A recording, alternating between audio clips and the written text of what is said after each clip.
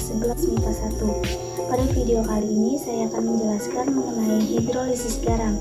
Ada 3 topik yang akan saya bahas.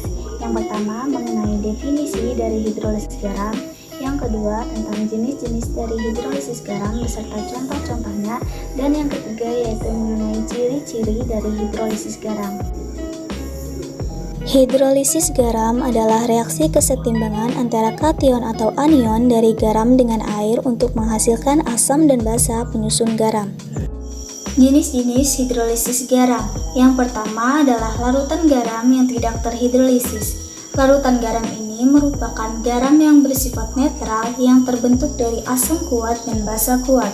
Garam netral tidak dapat terhidrolisis oleh air karena sifat dari asam kuat dan basa kuat pembentuknya terionisasi secara sempurna. Garam netral memiliki pH 7. Contoh dari garam netral yaitu M9SO4, NaCl, dan KNO3. Contoh reaksi dari garam netral adalah MgSO4 yang terionisasi dalam air menjadi ion Mg2+ dan ion SO4 2-. Ion Mg2+ dibentuk dari MgOH2 kali yang merupakan senyawa basa, dan ion SO4 2- terbentuk dari H2SO4 yang merupakan senyawa asam. MgOH2 kali termasuk basa kuat dan H2SO4 termasuk asam kuat.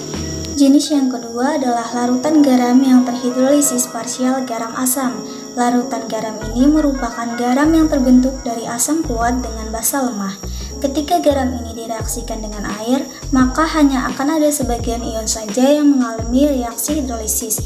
Contohnya adalah NH4Cl. Contoh reaksi dari garam asam NH4Br. adalah NH4Cl akan terionisasi menjadi NH4+ dan ion Cl-. Ion NH4+ berasal dari basa NH4OH, sedangkan ion Cl- berasal dari asam HCl. NH4OH merupakan basa lemah dan ion HCl merupakan asam kuat. Jenis yang ketiga adalah larutan garam yang terhidrolisis parsial garam basa.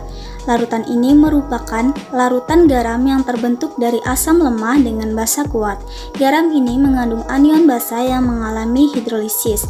Ketika garam ini direaksikan dengan air, maka hanya sebagian ion saja yang mengalami reaksi hidrolisis.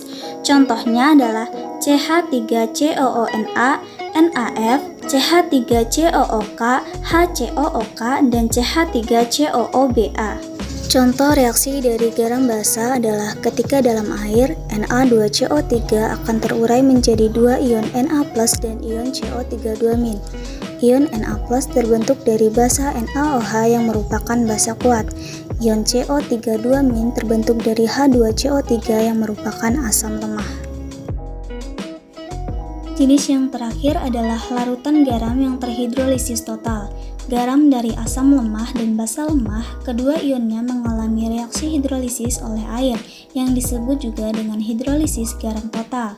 Contohnya, ketika reaksi pada kation adalah M+ ditambah air menjadi MOH ditambah H+, sedangkan reaksi pada anion adalah A- ditambah air menjadi Ha ditambah OH-.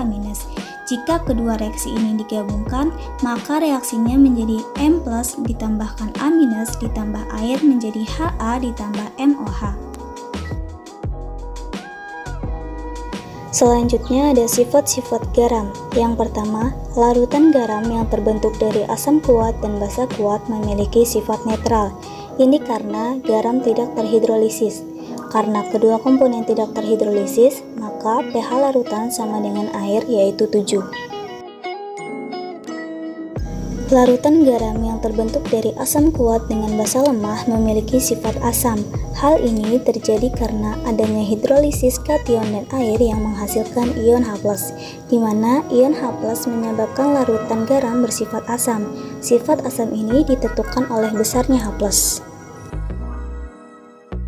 Larutan garam yang terbentuk dari asam lemah dengan basa kuat memiliki sifat basa. Hal ini terjadi karena adanya reaksi hidrolisis anion garam dengan air yang menghasilkan ion OH-.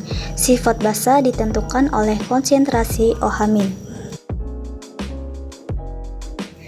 Larutan garam yang terbentuk dari asam lemah dengan basa lemah bisa bersifat asam, basa, ataupun netral. Jika Ka lebih besar dari Kb, maka garam bersifat asam. Jika Ka sama dengan Kb, maka garam bersifat netral. Dan jika Ka kurang dari Kb, maka garam bersifat basa. Itu tadi penjelasan materi tentang hidrolisis garam dari saya. Terima kasih. Wassalamualaikum warahmatullahi wabarakatuh.